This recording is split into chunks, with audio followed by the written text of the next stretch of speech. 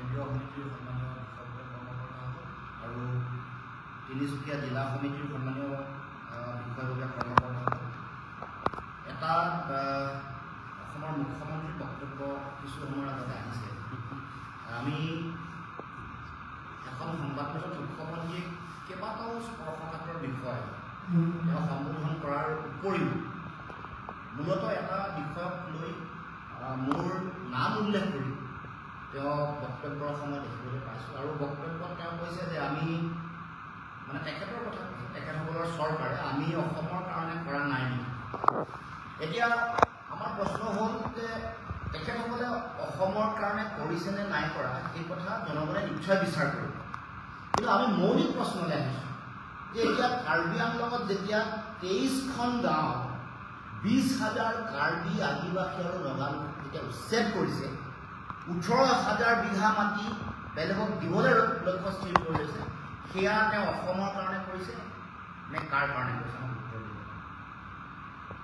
4,000 বিঘা মাটি যোৱা 12 তাৰিখে ৰিলায়েন্সৰ লগত ইতিমধ্যে চুক্তি সম্পন্ন হৈছে। 12 জুন তাৰিখে এই 4,000 মাটি যাৰ তলত চৰকাৰী সংস্থাই জৰীপ কৰাৰ পিছত তাৰ তলত শ্ৰমিক থকা বুলি ইতিমধ্যে সেই ছাৰ্ভে প্ৰকাশ হোৱাৰ পাছত মুখ্যমন্ত্ৰীক ক'ব কৈছোঁ এই যে 4,000 মানুহ কাৰ্বি মানুহক উচ্ছেদ কৰি জনজাতীয় মানুহক উচ্ছেদ কৰি মাটি দিব কৈছে, এয়া অসমৰ কাৰণে কৰিছে নে কাৰ কাৰণে কৰিছে?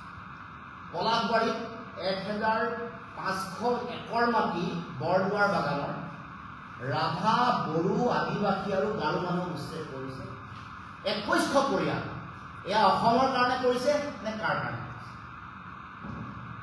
পলাশবাৰীৰ দৰাবিলৰ সমীপৰ যিটো অঞ্চল আছে ৰামপুৰ বুলি কয়, একেবাৰে কাষৰ দাঁতি কাষৰীয়া অঞ্চল দৰাবিলৰ, তাত 150 বিঘা মাটি তেওঁলোকে ইতিমধ্যে অধিগ্ৰহণ কৰাৰ সিদ্ধান্ত হৈছে প্লাষ্টিক পাৰ্কৰ নামত। এয়া অসমৰ কাৰণে কৰিছে নে আন কাৰোবাৰ কাৰণে কৰিছে? আম্বানীৰ কাৰণে কৰিছে নে আদানীৰ কাৰণে কৰিছে নে ৰামদেৱৰ কাৰণে কৰিছে? এতিয়া গোলাঘাটৰ ফলমনি বীজ পাম 72 বিঘা মাটি ইতিমধ্যে অধিগ্ৰহণ কৰিলে ৰামদেৱৰ নামত, এয়া অসমৰ কাৰণে কৰিছে।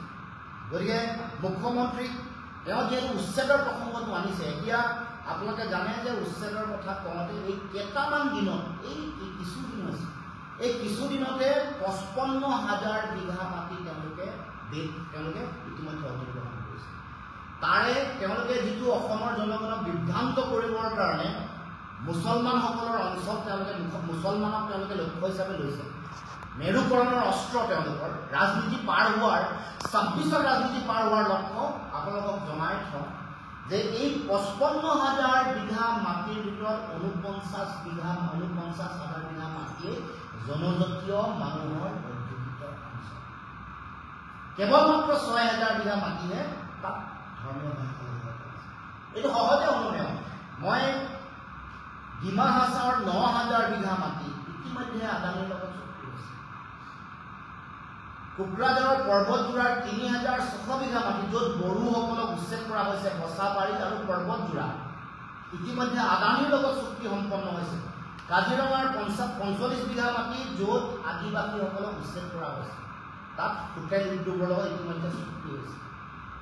গতিকে এয়া উদাহৰণ। পলাশবাৰীত 2021 চনৰ পৰা 2024 চনলৈকে 3 বছৰত 370 বিঘা 3 কঠা 19 বেচা মাটি কৃষি ভূমি অনা কৃষিৰ কামৰ কাৰণে উদ্যোগ প্ৰতিষ্ঠা কৰিবৰ কাৰণে তেওঁলোকে ইতিমধ্যে এই কৃষি ভূমি ইতিমধ্যে তেওঁলোকৰ যিটো কাম কৰিব লগা যিটো পৰিৱৰ্তন কৰিছে, কৃষি ভূমি অনা কৃষিৰ কামত ব্যৱহাৰ কৰিবৰ কাৰণে শ্ৰেণী সলনি কৰিছে। গতিকে এতিয়া অসমৰ মুখ্যমন্ত্ৰীক ক'ব খুজিছোঁ এইবোৰ যে কাম কৰিছে এইবোৰ কাৰ কাৰণে কৰিছে? এইবোৰ অসমৰ কাৰণে কৰিছে নে আন কাৰোবাৰ কাৰণে কৰিছে? এতিয়া আৰু প্ৰশ্ন কৰিব খুজিছোঁ, এই যে কাজিৰঙাত তেওঁলোকে বিদেশী উচ্ছেদ কৰা বুলি ক'লে, বাংলাদেশী বিদেশী উচ্ছেদ কৰিছে বুলি কোৱাৰ পাছত তেওঁলোকে যিসকল মানুহ তাৰ পৰা উচ্ছেদ কৰিলে তেওঁলোকক চৰকাৰে 14,71,72,723 টকা তেওঁলোকে ক্ষতিপূৰণ দিছে। তাৰ মানে অসমৰ ৰাইজে বিচাৰ মাতিছে। উচ্ছেদটো তেওঁলোকৰ নিজৰ হাতিয়াৰ হিচাপে ব্যৱহাৰ কৰিব খুজিছে। গৰু খুঁটিৰ উচ্ছেদটোক লৈ সাংঘাতিক তেওঁলোকে প্ৰচাৰ চলাইছে। এতিয়া কাউণ্টাৰ তেওঁলোকৰ মানুহবোৰে গ'লে কাউণ্টাৰ কৰে যে এইটো বেয়া কাম কৰিছে নেকি। যদি বিদেশী উচ্ছেদ কৰিছে অসমৰ ৰাইজে আদৰণি জনাব লাগে, কিন্তু গৰুকুটিত উচ্ছেদ কৰা প্ৰতিটো পৰিয়াল তেওঁলোকে দলগাঁৱত সংস্থাপিত কৰিছে আৰু এবিঘাকে মাটি দিয়া বুলি আপোনালোকে গুগলত চালে সকলোৱে দেখা পাব। আৰু বটদ্ৰৱাত যিসকল মানুহক উচ্ছেদ কৰিছিলে ব্যাপক তেওঁলোকে প্ৰচাৰ চলাইছিলে বিদেশী উচ্ছেদ কৰা বুলি 7 লাখৰ পৰা 12 লাখলৈকে ক্ষতি কৰিছে। তাৰমানে এই যে যিবোৰ কাম কৰি আছে তেওঁলোকে এইবোৰ কেৱল মাত্ৰ এই তাৰমানে নামনি অসমত মুছলমানসকল অধ্যুষিত থকা অঞ্চলসমূহত উচ্ছেদ কৰি উজনি অসমত ভোট তেওঁলোকে ল'ব লাগে, মেৰু বিভাজনটো কৰিব লাগে। এটা ভুল মেছেজ এটা মানুহক বিভ্ৰান্তিকৰ বতৰা এটা সেইটোতে আজি মুখ্যমন্ত্ৰী উঠি পৰি লাগিছে।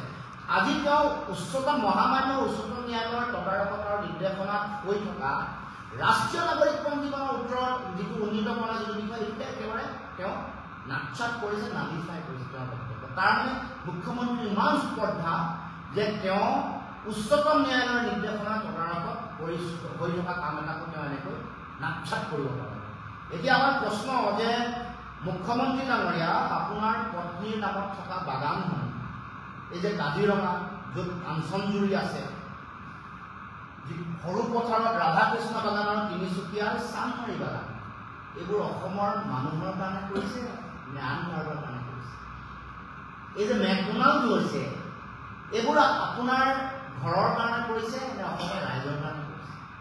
কাজিৰঙাত বাণী গ্ৰীণ ৰিজৰ্ট, বন্যা ইণ্টাৰনেশ্যনেল স্কুল, যিটো এটা সময়ত গুগল মেপত জলাশয় আছিলে বুলি আগতে আছিলে, যিটো আপুনি নাইকিয়া কৰি দিলে অভাৰ নাই। এতিয়া গুগল মেপত সেইটো জলাশয় স্থান বুলি কোনো বিচাৰি নাপায়, কিন্তু এসময়ত যিখন গুগল মেপ আছিলে তাত এইটো য'ত বন্যা ইণ্টাৰনেশ্যনেল কৰা হ'ল সেইটো এটা জলাশয় হৈ দিলে নাছিল। এইবোৰ যে কৰিছে এইবোৰ কাৰ কাৰণে কৰিছে? এইবোৰ অসমৰ মানুহৰ কাৰণে কৰিছে নে আপোনাৰ পত্নীৰ কাৰণে কৰিছে? এই যে নগাঁৱত 100 বিঘা মাটি, বঙৰাত চিলিং চাৰ্পাছ মাটি যে অধিগ্ৰহণ কৰিলে RBS ৰিয়েলকন প্ৰাইভেট লিমিটেডৰ নামত, এইবোৰ অসমৰ কাৰণে কৰিছে নে কাৰ কাৰণে কৰিছে? মুখ্যমন্ত্ৰীক প্ৰশ্ন উত্থাপন।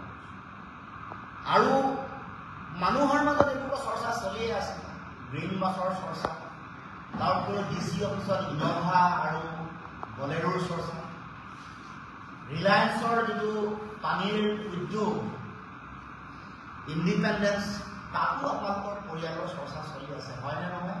আপোনালোকে গম পাব।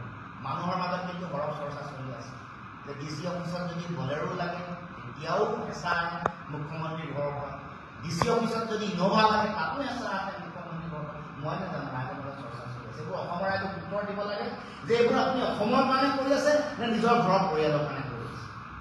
এই যে অসম চুক্তিৰ 6 নম্বৰ টকা আজিলৈকে কাৰ্যকৰী কৰিব পৰা নাই, এইবোৰ প্ৰশ্ন আপুনি কেতিয়া উত্তৰ দিব? আমাৰ তিনিচুকীয়াৰ মাজেৰে মাৰ্ঘেৰিটাত যে কয়লা অবৈধ খনন চলি আছে, এইবোৰ আজিলৈকে বন্ধ কৰিব পৰা নাই, ইয়াৰ পৰা অসমৰ জাতীয় পুঁজি শক্তিশালী হোৱা নাই।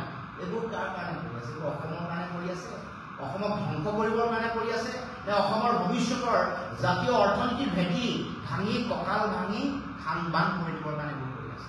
এই যে 55,000 বিঘা মাটি কেইদিনমানতে ল'লে, এইটো অসমৰ কাৰণে কৰি আছে নে অসমৰ মানুহক অঘৰী কৰিবৰ কাৰণে এইটো কাম কৰি আছে?